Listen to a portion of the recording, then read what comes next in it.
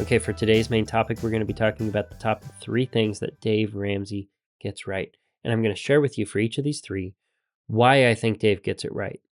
I want to share with you where Dave and I have common ground because, let's face it, I learned a lot from him, and there are some lessons from Dave that I've held on to and haven't yet seen evidence for to think that he's wrong. Okay, the number one thing that Dave Ramsey gets right is staying out of consumer debt. I mentioned it in the story, but my number one favorite way to view debt is a promise of your future time, a promise that you will work in the future, a promise that your freedom will be reduced. You go to work because you need to, not because you want to. And when you have to do something, instead of doing it because you want to, the amount of joy that you experience doing that thing can be put at risk. Additionally, when it comes to high risk debts, things like student loans, which can't be bankrupted, right? Non-bankruptable by and large, and high interest credit cards or high interest buy now, pay later loans or payday loans. Well, those sorts of debts impose an additional risk on you, not just a risk that's eating away at your future freedom, but one that's going to eat away more than you think you promised away because compound interest works against you. And it works against you at a rate significantly more aggressive than what you're probably going to be able to find investing in the market on your own. And I know this is a little controversial, but Dave says that you shouldn't be investing while you're trying to get out of debt. There's something to be said about, at the very least, getting your 401k match, getting your employer match, your 403b match, whatever it might be, while you're getting out of debt, because that's 100% rate on your return. Nothing's going to beat that. But if you were to take that lens away, take that option away, all you have is the interest in your investment, in the interest that's being charged to you on the debt. If you are trying to invest to get ahead over here while paying a higher interest rate on the debt, I hate to break it to you, but this is the same as taking one step forward just to have another 2 steps back. And Dave Ramsey also understands that getting into debt and getting out of debt are more emotional, behavioral problems than they are math problems. If we were doing math, we wouldn't ever put ourselves in a situation intentionally where we have high interest debt that's eating away at our future. And it's for this reason where Dave Ramsey promotes the debt snowball versus the debt avalanche that I largely agree with Dave. I think for most people, defaulting to the debt snowball is going to result in the highest likelihood, the highest rate of success. And for that reason, I have to say that the second thing Dave Ramsey gets right in a lot of cases is that personal finance is more behavior than it is math. Which is funny because the main disagreement that I have with Dave is over the 8% distribution withdrawal rate that he promotes for retirement. Because mathematically, it's incredibly risky. If you follow traditional rebalancing models, you follow my study, you follow the Trinity study, you follow almost any financial expert out there, you follow your financial advisor, they're pretty much all going to tell you 8% is too much for an average or above average time horizon in retirement. And it's not a behavior issue for the retiree in that moment. Dave believes that it's a behavioral issue for the person who's saving up to prepare for retirement, that they're not going to be motivated if they don't think that they can live lavishly in the future. You need to give them an exaggerated version of reality, basing the inspiration and the hope on, for lack of a better term, a falsehood in order for them to take action. But honestly, I think honesty is what needs to be there for inspiring moments. Lest we look at some statistics in a book that genuinely helped us, shake our head at it and say, what else did he get wrong? And throw the baby steps out with the dirty 8% bathwater. Because there are wisdoms in the baby steps about behavior being more important than math. Debt is an area where Dave gets that right. Now, there are other facets of what Dave does with the baby steps where behavior may be overemphasized, but I think we need to maintain an understanding of the spirit that we are human, we are emotional, we are not rational in every circumstance.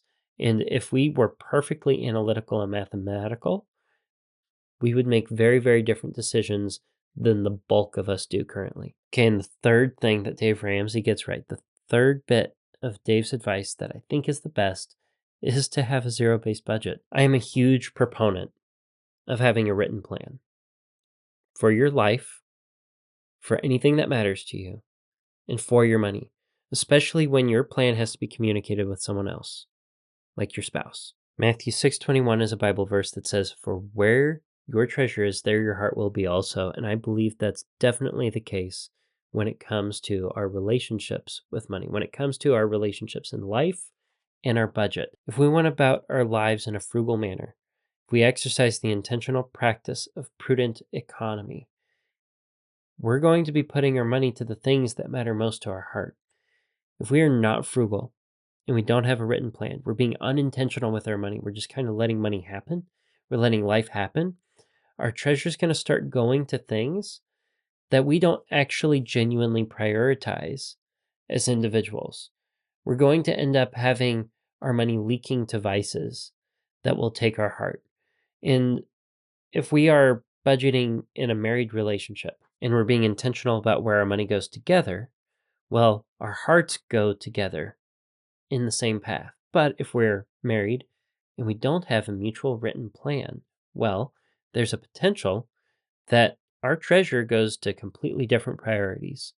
And the further those priorities drift apart, the further the hearts are likely to drift apart.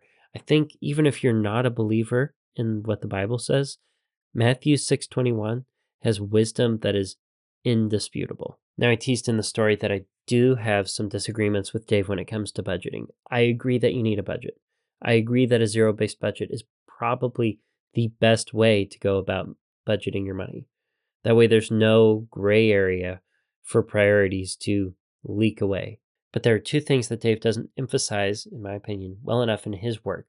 Things that I wish I would have known earlier in my budgeting life. And that first one is going to be having a buffer in your checking account. Because Dave believes that if you have $50 to $100 sitting in your checking account when it's at its very lowest, you're probably okay, and he thinks of that as the buffer. The lesson that I've learned is that a zero-based budget should result in you beginning and ending every month with the same amount of money in your checking account. After you're done spending, saving, and giving, you will have the same dollar sign sitting in there. And because of the order of things, that dollar value is very likely going to need to be more than $100. I heard Dave talking about it on the radio the week that I'm recording this. Someone asked about, why don't you talk more about a checking account buffer? And Dave says, well, if you're zeroed down on the budget and you pace it all out and you map it out well enough, you shouldn't need to have a lot of buffer in the checking account. You need to have something in there because a budget isn't perfect every month, but it doesn't need to be a big grandiose part of your baby steps process. And I personally believe that this is not helpful for the behavior side of things, because if I have to map out every single payment to know what day it's going to happen for every transaction, for every little thing, I'm going to feel like such a hyper tightwad. And it also makes me feel like I have no flexibility or freedom. If I have enough of a buffer that I'm, say, a month ahead, it doesn't matter when I spend my money on anything that's in the monthly budget. I still have a written plan, but I have the complete freedom to go and act on anything that's in the budget at any time throughout the month.